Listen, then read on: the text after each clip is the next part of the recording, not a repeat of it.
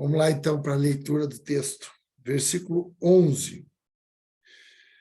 E digo isso a vós outros, isso o quê? Isto ele está se referindo ao que foi dito anteriormente, né? O amor, aquela obrigação de prevalecer com aquilo que é a única dívida que a gente tem, a única dívida que a gente tem é o amor, é aquilo que é impagável. E ele diz isto a vós outros, que conheceis o tempo.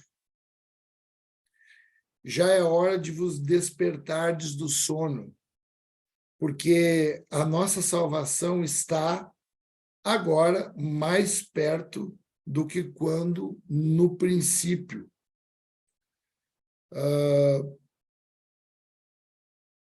Versículo 12. Vai alta a noite e vem chegando o dia. Deixemos, pois, as obras das trevas e revistamo-nos das armas da luz. Andemos dignamente, como em pleno dia, não em orgias e bebedices, não em impudicícias e dissoluções, não em contendas e ciúmes, mas revestivos do Senhor Jesus Cristo e não disponhais para a carne no tocante às suas concupiscências. Amém. Então, no primeiro momento, e aí a gente lembra também, né, o que a gente trabalhou na semana passada, que a gente trabalhou a respeito de tributo, imposto e respeito e honra. Lembram disso?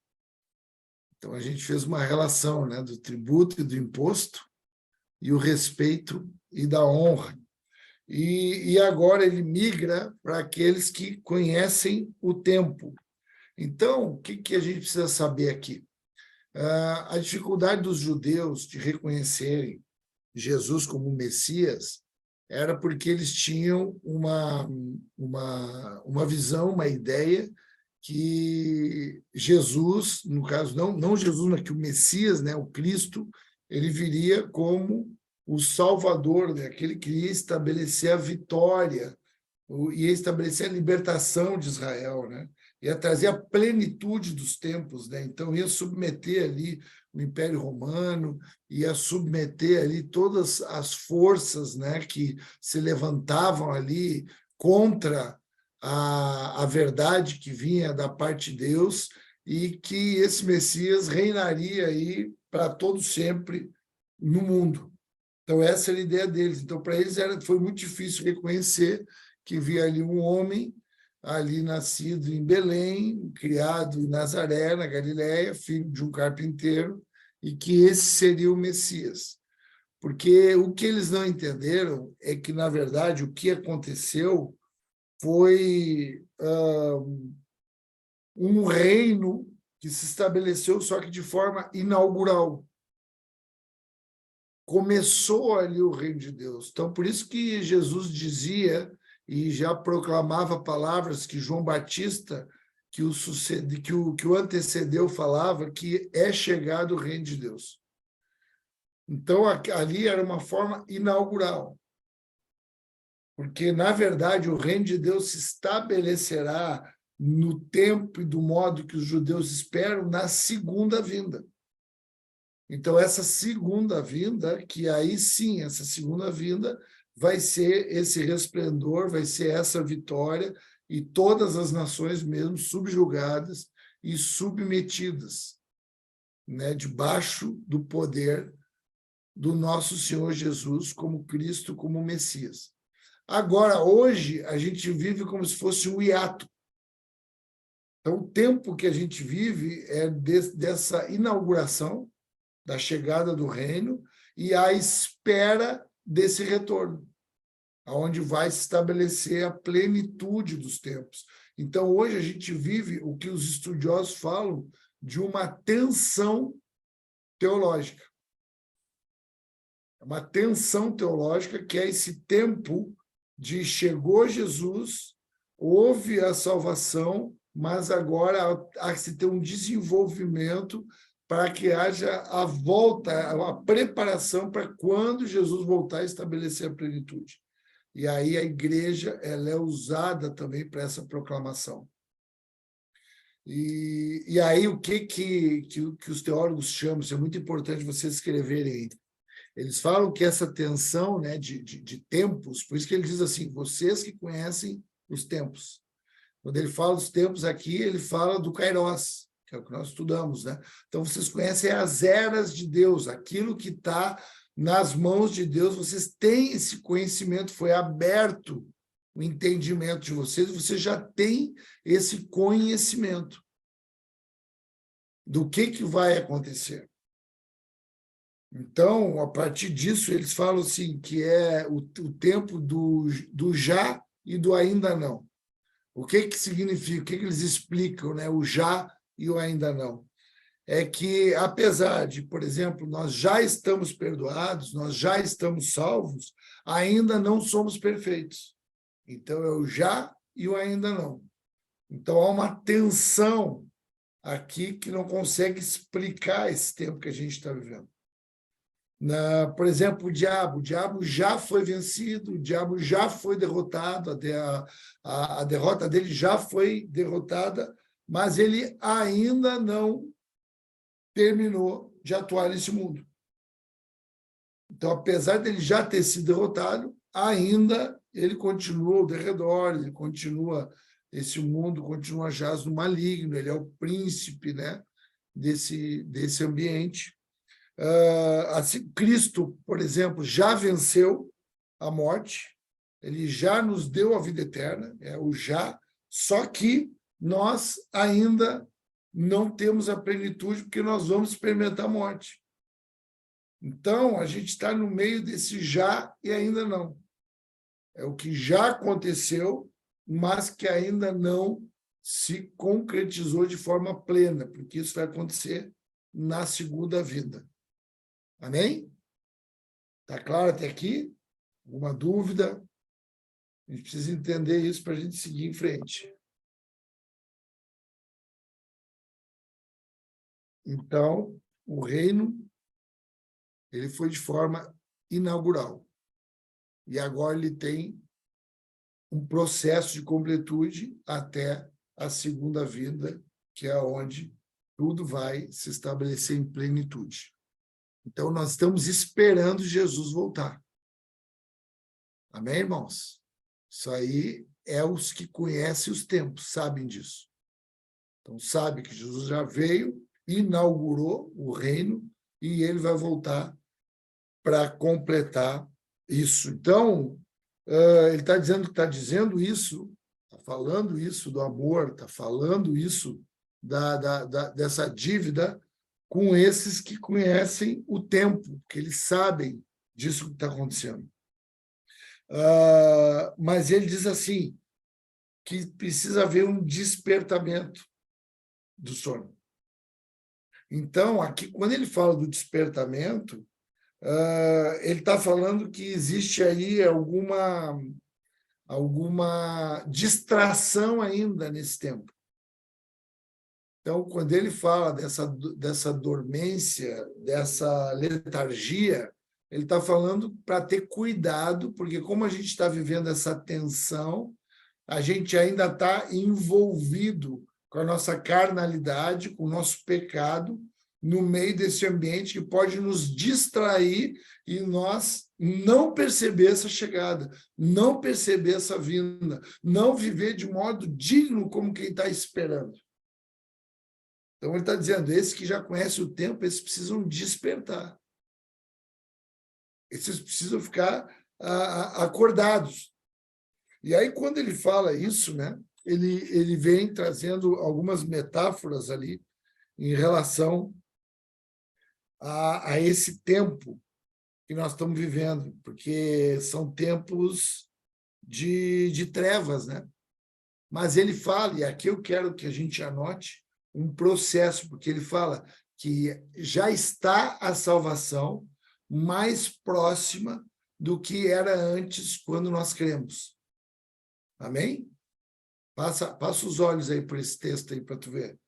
Ainda no versículo 11. Ele diz que a salvação já está.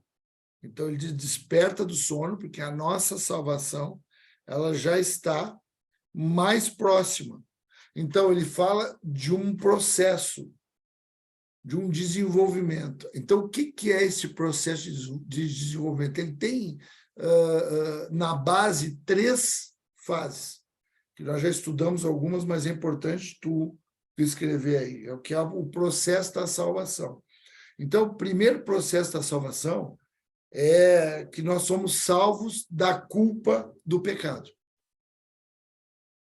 Então, escreve aí que o primeiro processo da salvação, que já está agora em desenvolvimento, dentro dessa tensão do já e ainda não, a gente está vivendo agora o processo que já fomos salvos da culpa do pecado. Então, nós já nos sentimos perdoados, há uma sensação de sermos perdoados.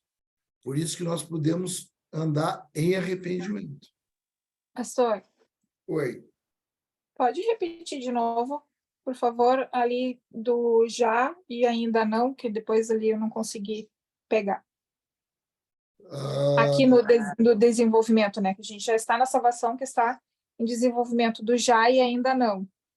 E o ainda porque não. a gente está nesse momento de tensão ainda, né? Nesse momento que é de quando inaugurou o reino, com a vinda de Jesus, a primeira vinda, e agora a espera da segunda vinda. Então, é nesse ambiente que a gente está, e aí a salvação está se desenvolvendo. Nossa salvação está se desenvolvendo. E o primeiro ponto de desenvolvimento é essa salvação da culpa do pecado, que é o quê? O que é a salvação da culpa do pecado? Alguém quer arriscar? Que a gente está estudando que houve uma explicação muito clara dentro do ambiente dos 11 capítulos anteriores, que são doutrinários. O que é a salvação da culpa do pecado?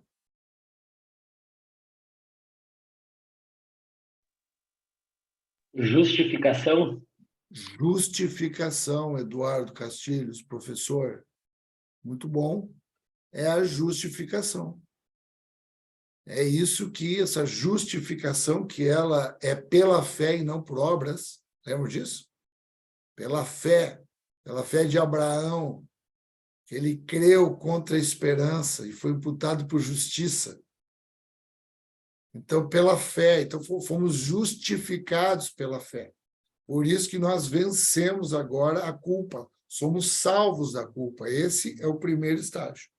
Agora, nós migramos, claro que a justificação é a fé em Jesus Cristo, né? Essa é a justificação. Então, o segundo ponto, se o primeiro é que somos salvos da culpa do pecado, no segundo ponto, nós somos salvos do poder do pecado. Nós somos salvos primeiro da culpa e agora do poder do pecado. O poder exercido sobre a vida do homem, ele também é vencido e nós somos salvos. E aí nós chamamos de quê? Regeneração? Não. Santificação. Santificação. A regeneração ela tá mais ligada com a justificação. Até a gente tem aquele livro, né, que a gente do Charles Slater, né, que é Justificação e Regeneração. Mas é a santificação. Então, a santificação é o processo que nos salva, dentro desse processo de salvação, do poder do pecado. Então, agora, se a justificação era completamente responsabilidade de Deus, a santificação já há para o homem uma condição de imposição de livre-arbítrio. Porque agora ele, com o conhecimento e com o constrangimento dessa justificação pela graça, ele, em arrependimento, ele confessa pecado e ele luta agora uma guerra de transformação. É onde ele vai sendo santificado. essa santificação que vai acontecendo, que é a busca agora, por constrangimento, de conhecer a Deus e querer agradá-lo. Então, santificar é querer agradar a Deus antes e sobre todas as coisas. Então, tu quer agradar a Deus em tudo, né? No teu comportamento, nas tuas relações. Então, tu conhece o que agrada a Deus e tu começa a empenhar uma dedicação. E aí é uma batalha, né? Porque a gente continua sendo pecador, a gente continua estando preso nesse corpo, né? Que é cheio de estímulo, que é cheio de desejo. Por isso que no final lá fala da concupiscência, que é um desejo, né, desenfreado.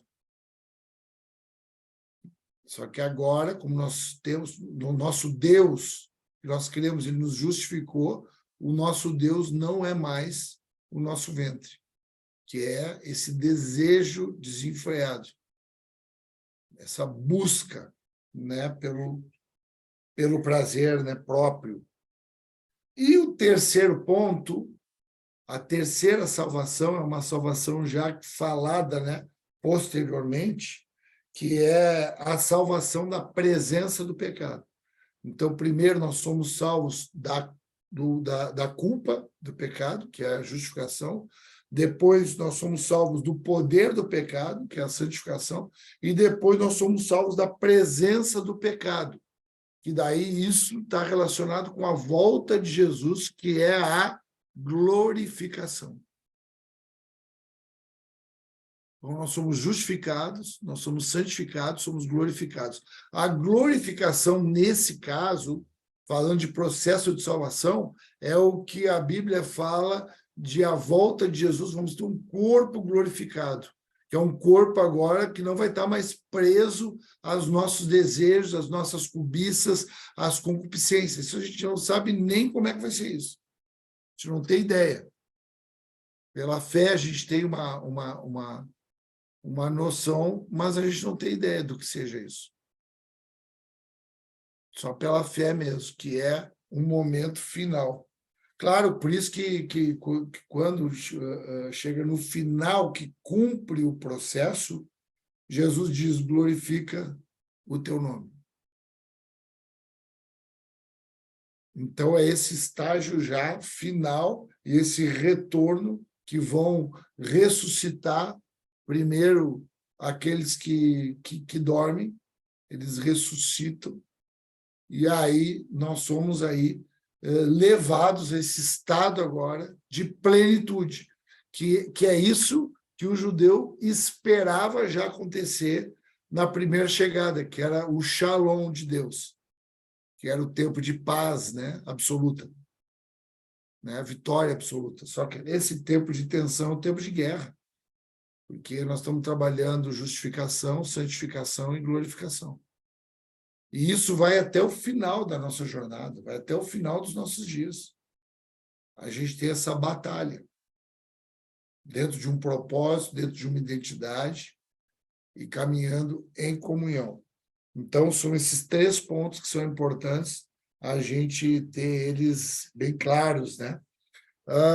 Depois, quando entra já no versículo 12, ele diz, vai alto à noite e vem chegando o dia. Então, quando ele diz vai alto à noite, vem chegando o dia, ele já está falando um tempo de trevas, que é esse tempo que nós estamos vivendo, e que está chegando o dia. Então, ele está falando do processo também de salvação. Então, ele fala, ó, fica desperto, fica acordado, fica atento, não te distrai, não deixa prevalecer a tua concupiscência, a tua carnalidade que está contigo ainda, busca a palavra de Deus, busca estar em mente essa santificação, para tu buscar essa justificação, perdão, para tu buscar da tua parte a santificação, para tu querer alcançar a glorificação. Então, isso é um tempo de treva, mas que já está chegando o dia. Então, está falando de eras aqui. Então, hoje a gente tem um tempo de treva, um tempo de escuridão. Um tempo difícil, um tempo que o mundo jaz no maligno. um tempo trevoso, e o tempo de dia vai ser o tempo da volta, vai ser o tempo da plenitude. E aí ele diz, deixemos as obras das trevas e revistamo-nos das armas da luz. Então, o que ele está querendo dizer? Isso, deixemos as obras das trevas e revistamo-nos das obras da luz.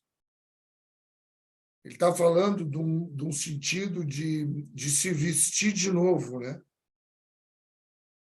De colocar, porque quando fala as armas da luz, também tem uma relação com a armadura.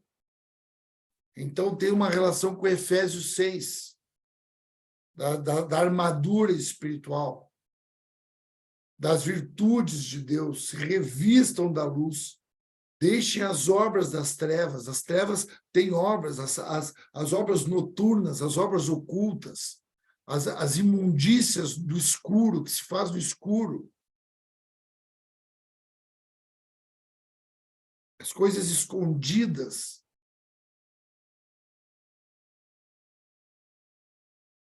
As maquinações, as dissimulações, as manipulações.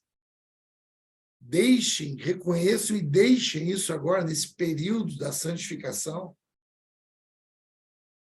para buscar completude na glorificação.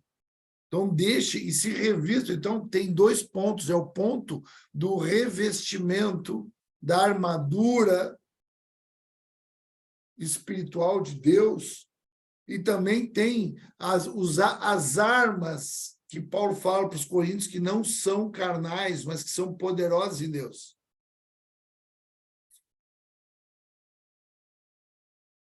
Para desfazer as fortalezas espirituais do nosso entendimento. Então, se revistam. Coloquem essa roupagem sobre a vida de vocês. Para que deixem essas obras das trevas, para que vocês avancem com a luz, para serem seres luminosos, seres que iluminam essas trevas, que as pessoas vão conviver com vocês e vão perceber que há trevas neles. E algumas dessas pessoas vão entrar nesse processo de salvação, vão entender que já venceram a culpa do pecado, que já estão justificados, e vão ter confiança de reconhecer essas obras, e vão agora se envolver na confissão, e agora num processo de certificação, de transformação, de mudança, de renovação no entendimento, que é o que Paulo fala no capítulo anterior.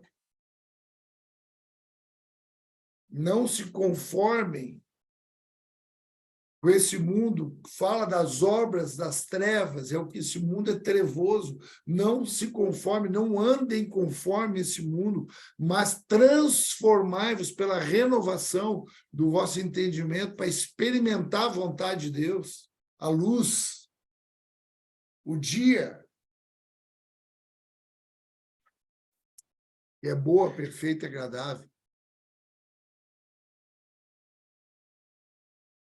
Então, nós, o homem de Deus, uma mulher de Deus, ele já vive em plenitude, mesmo no meio dessas trevas, porque ele é conhecedor dos tempos, porque ele vive pela fé, ele está esperando a volta do Cordeiro, a volta de Jesus, ele está esperando, ele está se preparando para esse tempo, ele é como aquelas virgens, ele está se preparando para esse tempo.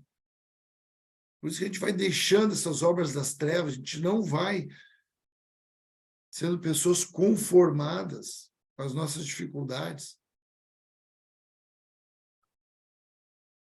deixando as obras das trevas, as armas da luz, entendimento que já chegou o dia.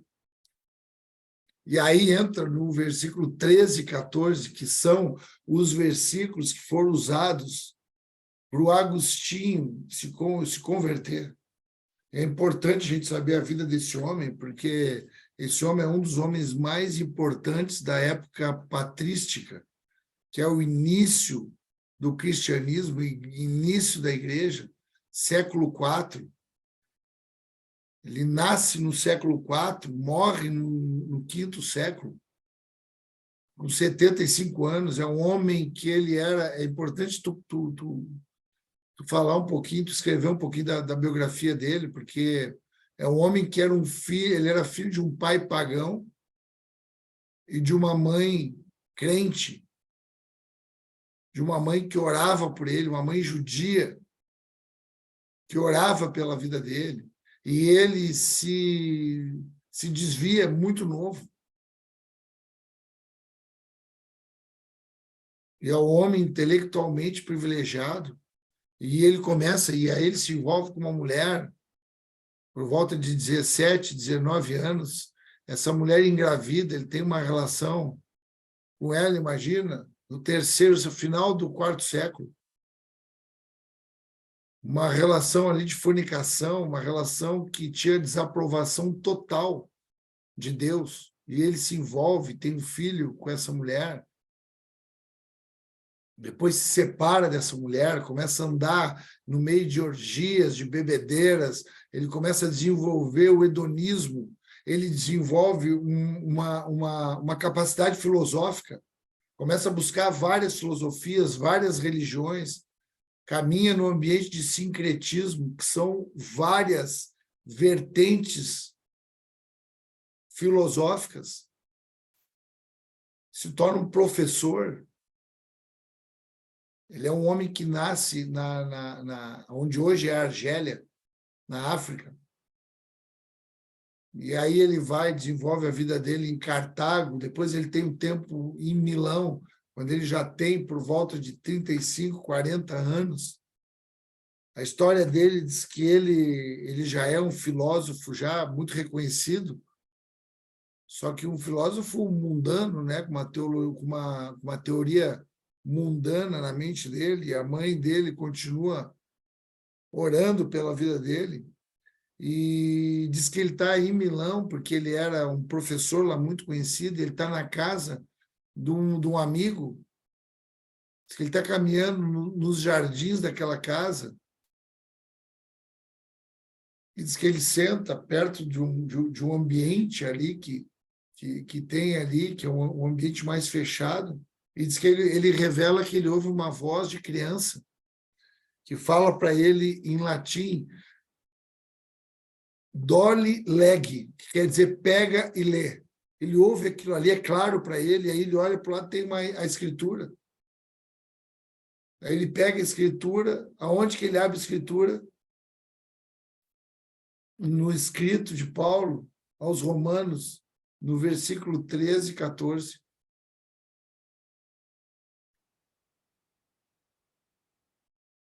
Já tem o cânon estabelecido, a Bíblia já está estabelecida, a Escritura Sagrada. E quando ele lê aquilo ali, ele vê a vida dele, que era uma vida de orgia, uma vida de imundícia, e diz que naquele momento ele se converte, e naquele mesmo tempo ele é batizado, e agora ele começa a desenvolver um ambiente filosófico, uma compreensão do que é o pecado, do que é essa natureza do homem, essa imundícia, essa concupiscência. E ele escreve alguns livros, e dentre eles, o mais importante é Confissões, que são as Confissões de Agostinho. Confissões é o nome, que é o que faz a passagem do Oriente para o Ocidente, da filosofia de entendimento. Por isso que ele tem tanta importância na igreja. Porque ele fala ali, ele confessa todas as inclinações dele, todas as lutas que ele continua tendo. Isso acaba sendo um marco histórico, literário para aquela época. E isso acaba sendo muito importante justamente nessa carta, a importância dessa carta. Né? E quando ele fala ali no versículo 13, andemos dignamente como em pleno dia. Mais uma vez, ele fala do dia, que nós somos pessoas do dia.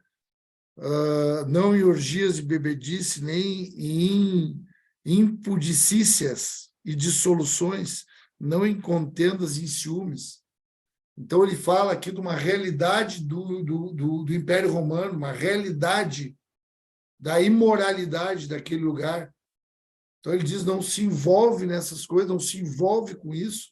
Quem é da luz, quem é do dia, quem conhece os tempos, quem foi iluminado, não pode se envolver nisso que é comum, mas que era feito à noite. Geralmente essas coisas eram feitas à noite, até hoje é feito à noite, se bem que hoje a coisa está tão feia, por isso que Jesus está voltando, porque isso não se tem mais nem vergonha, não se faz nem de noite. Hoje se faz de dia, na rua, nas passeatas, faz na internet. É assim que a gente está hoje vivendo. Ambiente trevoso, ambiente escuro da consciência, de soluções é separação, dissolução do casamento, dissolução de sociedade. Ele diz, não anda em dissolução, não anda desse jeito, com rompimento, facilidade para o rompimento. Essa palavra que tem aqui, que diz aqui, que é impudicícias, que é a ausência de pudor. Fala de pudor, não se tem pudor, é uma imoralidade. Isso está ligado com a bebedeira, ligado com a orgia. A bebedeira como uma substância para gerar esse êxtase e a orgia, a sem vergonhice, não ter vergonha, não ter limite. E aí já entra essa contenda, esse ciúme, as relações comprometidas, mas no final ele diz revestivos do Senhor Jesus Cristo, que é de todas essas virtudes da luz, essas armas da luz, essas virtudes, a compaixão, a misericórdia, a longanimidade, o amor, a reconciliação, o perdão, revestivos disso tudo, revestivos dessas virtudes para permanecer firme e para não deixar a tua carne à disposição das tuas concupiscências. Desperta. É assim que finaliza esse capítulo 13. E eu estava orando a Deus e oro a Deus que assim como despertou a vida de um homem tão importante, com um chamado tão importante, mas que viveu tanto tempo completamente distante. Mas tinha uma oração de uma mãe. Eu oro a Deus para que nessa noite, quando nós trabalhamos também esses versículos, que também nós, de alguma forma, sejamos iluminados, para que venhamos a identificar obras das trevas na nossa vida e não venhamos a aceitar, nos conformar com elas, mas clamar para que haja uma mudança, uma transformação. Nós somos justificados, o sangue de Jesus justificou, nós vencemos a culpa do pecado, foi vencida a culpa do pecado pelo sangue do Cordeiro, que já venceu, mas nós ainda não somos perfeitos, então precisamos estar batalhando ainda na santificação, porque na santificação nós vencemos o poder do pecado, o poder de trabalhar com ofertas que trabalham com a nossa concupiscência. Porque agora nós somos inseridos na santidade que há em Deus. E nós temos a condição, fomos salvos também para conseguir vencer tudo isso. Para buscar essa glorificação. Então, tem uma oração no meu coração aqui nessa noite, eu espero que tenha no teu coração também, para que tu vença, como Agostinho venceu e se tornou um dos homens mais relevantes do início da igreja. Ficou muito tempo adormecido e despertou num determinado momento. Entendeu o que era treva e agora o que é luz. Mesmo nesse ambiente de tensão que a gente vive, que é uma guerra dentro da gente, que a gente está preso ainda no corpo dessa morte, a gente já venceu. Em Jesus, quando ele inaugurou o reino de Deus, nós vencemos com ele. Nós agora temos acesso, livre acesso a ele, ao arrependimento, para poder ter o cumprimento de um propósito aqui nesse lugar, nesse breve tempo, esperando a volta do nosso Salvador, do nosso Senhor, aquele que vai estabelecer a plenitude de todos os tempos. Então, a gente finaliza esse capítulo 13 mesmo com essa trilogia, né? Que é a autoridade no primeiro momento, que falava de submissão, o amor no segundo momento, falava que só nós podíamos dever o amor, e agora fala dessa luz, dessas armas que nós temos à disposição para poder caminhar em santidade, buscando santidade. Não abre mão da santidade, viu, na tua vida. Agrada ao teu Senhor. Santidade, ela está ligada a um desejo de agradar ao Senhor, mesmo sabendo que é um pecador, mesmo sabendo que erra muito, mas há um desejo ardente, profundo de agradar o Senhor. Há um sentimento de gratidão inexplicável. Busca isso. Não deixa isso adormecer na tua vida. Não deixa essas trevas envolver o teu coração e a tua alma. Não te entrega para essa noite, porque nós somos do dia. Amém, irmãos? Graças a Deus, muito bom ter finalizado esse capítulo. E agora a gente entra no capítulo 4, vai ser muito bom esse capítulo 4 também, porque ele vai falar de consciência, ele vai falar do que significa aquele apego que o judeu tem à dieta, como é que isso aí ministra a nossa vida. Vai ser lindo esse capítulo 14, 15 e 16 para a gente ir se encaminhando para finalizar essa linda carta, que já dá vontade de começar ela para estudar tudo de novo. Eu já fico com vontade de estudar tudo de novo. Tão lindo que é. Espero que esteja ajudando a tua vida mesmo, viu? Na prática, em nome de Jesus. Amém, queridos? Não sei se